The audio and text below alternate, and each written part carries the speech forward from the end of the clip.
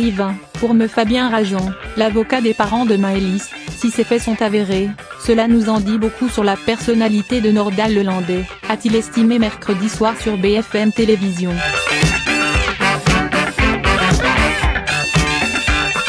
Ce pourraient être des révélations très compromettantes, sur un mis en cause dont on disait qu'il n'avait pas de personnalité pédophile et pourrait mettre à mal la stratégie de la défense qui parle d'accident, a-t-il ajouté.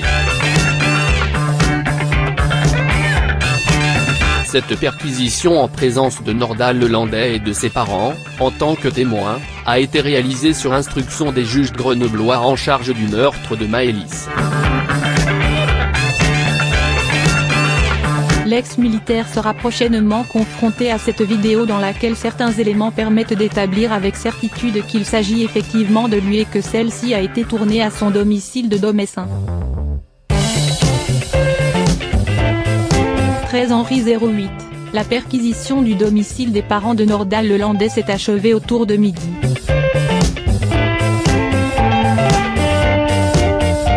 L'ex-militaire a été reconduit dans sa cellule. 12 Henri 11, Nordal Lelandais est soupçonné d'agression sexuelle sur une fillette de sa famille.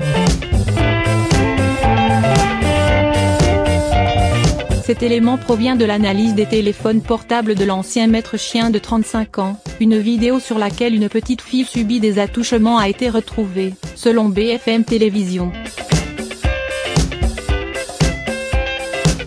Le film a été tourné avec l'un des téléphones, au domicile de Lelandais à Domessin et on voit une main qui pourrait, lui, appartenir, a-t-on ajouté, en précisant que les parents de la fillette avaient été prévenus. D'après les éléments de l'enquête, la vidéo a été tournée une semaine avant l'enlèvement de Maëlys, survenu dans la nuit du 26 au 27 août, alors que la petite victime et ses parents, originaires du Sud, étaient en week-end chez les parents de Nordal Lelandais. Selon une autre source proche du dossier, le suspect a été extrait mercredi matin de sa cellule de l'unité hospitalière spécialement aménagée, l'UEHSA, de la prison de Lyon-Corba au sein de l'hôpital psychiatrique du Vinatier. Sa destination n'a pas été précisée par cette source mais, selon une autre, une perquisition du domicile de ses parents à Domessin, Savoie, était prévue par les gendarmes chargés de l'enquête, où le détenu devrait donc se rendre sous escorte.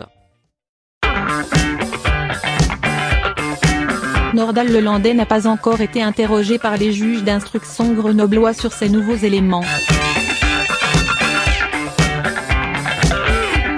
Une audition était prévue en juin mais la date n'est pas encore programmée, a indiqué une des sources.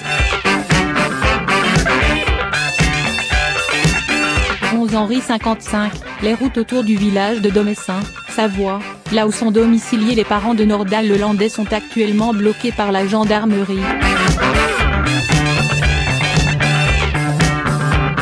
Le suspect aurait été extrait de sa cellule de l'hôpital psychiatrique du Vinatier à Bronneberg et serait attendu sur place.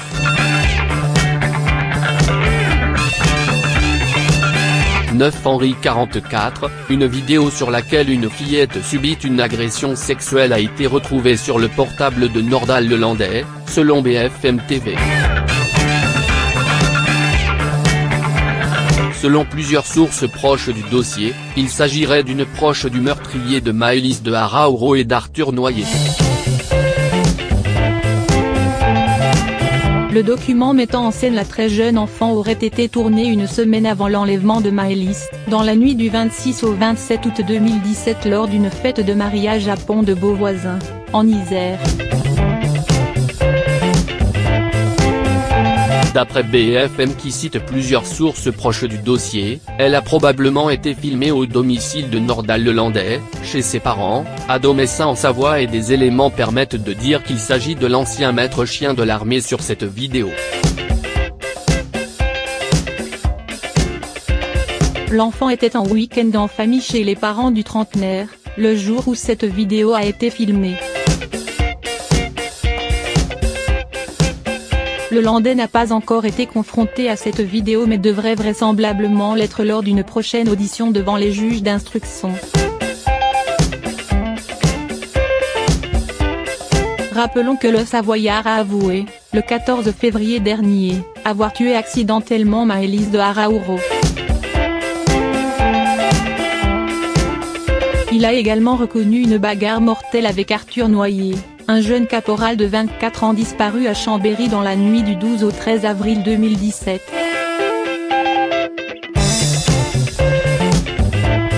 Dans les deux cas, le Landais a toujours nié une volonté de tuer. Une expertise psychiatrique, dont les conclusions ont été révélées la semaine dernière, mettait néanmoins en avant la dangerosité criminologique du suspect, à la personnalité de type pervers.